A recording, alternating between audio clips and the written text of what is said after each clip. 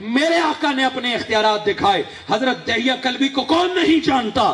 حضرت دہیہ کلبی وہ خوبصورت شخص ہے کہ جبرائیل علیہ السلام اگر بشر بن کے آتے تو حضرت دہیہ کلبی کی صورت میں آتے.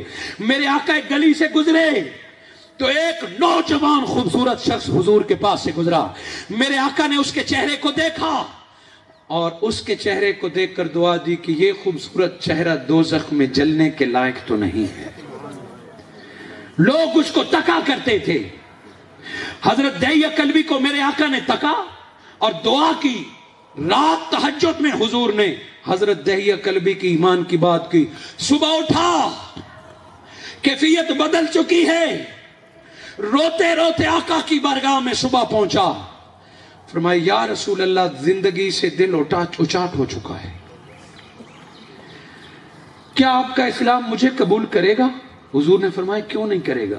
کہا میں بہت گناہگار ہوں، میں بہت خطا کار ہوں.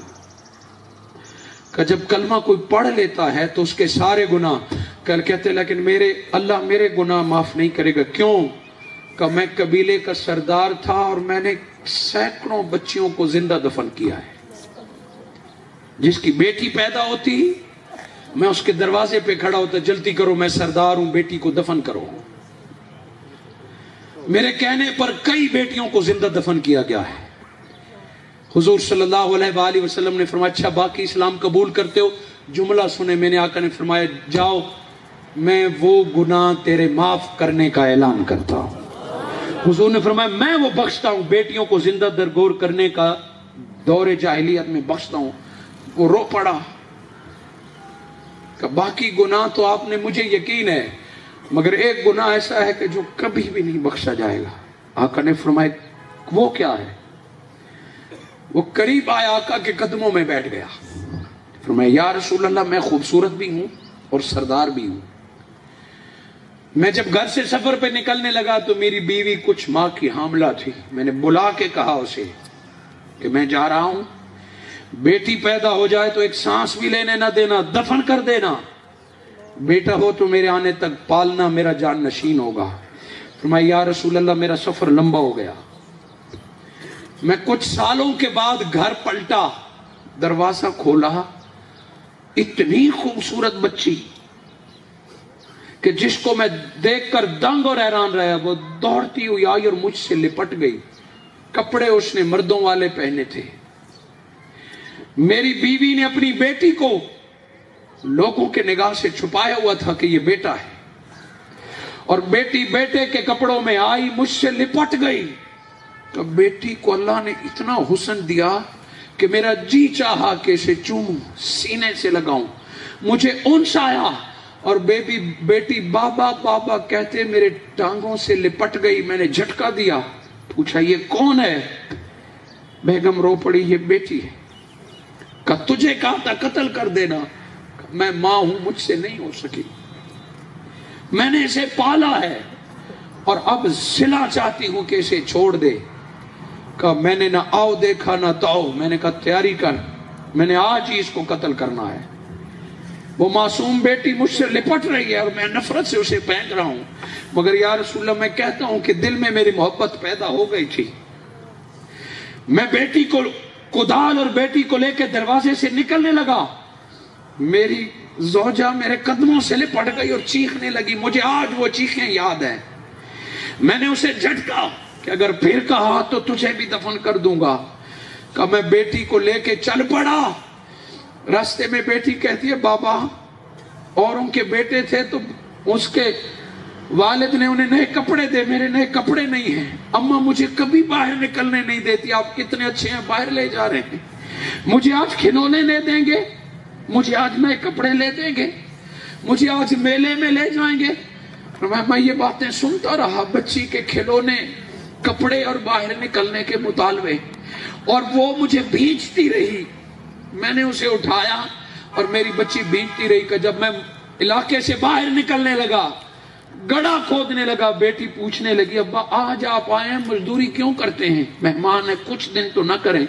میں گڑھا کھودتا رہا، میری بیٹی بیٹھی رہی. اچانک میری بیٹی دوڑتی ہوئی آئی اور اپنے ننھے سے دوپٹے سے میرا چہرہ صاف کیا. کہا بابا آپ کے چہرے پر مٹی، آپ کو پسینہ آ رہا ہے. کہا پھر بیٹی آئی اور دھوپ کی وجہ سے میرے سر پر ننھے ہاتھ سے سایہ کر دیا کہ آپ کو دھوپ لگ رہی ہے. او کما کا گڑا پورا ہوا. میں بچی کو دھکا دے کے اندر گرایا. وہ سمجھی شاید غلطی ہے. کہا بابا میں گر گئی. میں مٹی ڈالنے لگا تو میری بچی رونے لگی. کہا بابا کھلونے نہیں مانگتی، مجھے دفن نہ کرو. بابا میں باہر نکلنے کی بات کرتی تھی تو اماں مجھے مارتی تھی. میں باہر کبھی نہیں نکلوں گی، مجھے دفن نہ کرو، اور میں کبھی بھی کپڑے نہیں مانگوں گی. فرمایا یا رسول اللہ. وہ چیختی رہی، میں مٹی ڈالتا رہا، یہاں تک کہ مٹی جب اس کے زکن تک آ گئی. جب بالکل وہ مایوس ہو گئی دفن. کہا یا رسول اللہ اس دن سے میری زندگی کی نیند ختم ہوئی ہے.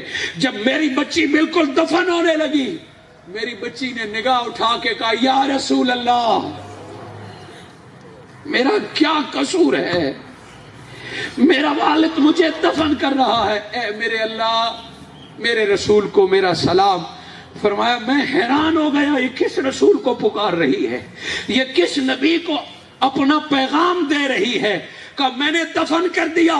وہ چیخے میں آج سنتا ہوں یا رسول اللہ میری راتیں رو کے گزرتی ہیں، اللہ مجھے معاف نہیں کرے گا. صحابہ فرماتے ہیں آقا اتنا بلک بلک کے روئے، اتنا روئے. فرمایا دہیا قلبی وہ جملے پھر بتا جو بچی نے میرے لیے کہے تھے، وہ پیغام پھر سنا جو میرے لیے کہے تھے. وہ بیان کرتا آقا روتے. صحابہ کرام حضور کے قدموں سے لپٹ گئے. یا رسول اللہ بس کیجیے، آپ بہت رو پڑے، آپ کا رونا ہم سے نہیں دیکھا جاتا. حضرت دہیا قلبی بیان کرتے کرتے بے حال ہو گئے. حضور فرمایا پھر آخر فرمایا دہیا قلبی جا اس بچی کے صدقے تیرا یہ گناہ بھی معاف کی. یہ وہ بیٹیاں تھیں جو اس دور میں بھی ظلم سہتی تھیں. آج بھی آج کی تنزیلہ بھی منہ میں گولیاں کھا رہی ہے. آج کی باجیاں بھی دین کے لیے اولاد پالتی ہیں، گھر والوں کے لیے کھانا پکاتی ہیں. یا رسول اللہ آج کی بیٹی کو بھی پاؤں کی چوٹی سمجھا جاتا ہے، آج کی حاملہ کو بھی گولیاں ماری جاتی ہے. یا رسول اللہ آج بھی ظالموں میں کئی ظالم اپنے اختیارات استعمال کرتے ہوئے فاطمہ کی باندی کو ذلیل و خوار کر رہے ہیں. مگر یا رسول اللہ کچھ ایسے لوگ بھی موجود ہیں اور منہاج القرآن کے تربیت یافتہ بھی موجود ہیں جو آج اس دور پر فتن میں حسین کی سنت زندہ کرتے ہیں. میدان جنگ ہو یا دھرنا ہو یا درس عرفان القرآن ہو، آج بھی کچھ حسین ہیں جو آتے وقت زینب کو ساتھ لے کے آتے ہیں، جو آتے وقت سکینہ اور فاطمہ کو ساتھ لیتے آتے ہیں. پتہ ہوتا ہے کہ گھر کے کام کاج ہیں، پتہ ہوتا ہے کہ جان کا خطرہ بھی ہے، مگر آج کا حسین منہاج حق ادا کر رہا ہے. میں سلام پیش کرتا ہوں منڈی بھائی دین کے غیور بھائیوں کو کہ جن سے بڑھ کے تعداد میں خواتین نظر آ رہی ہیں.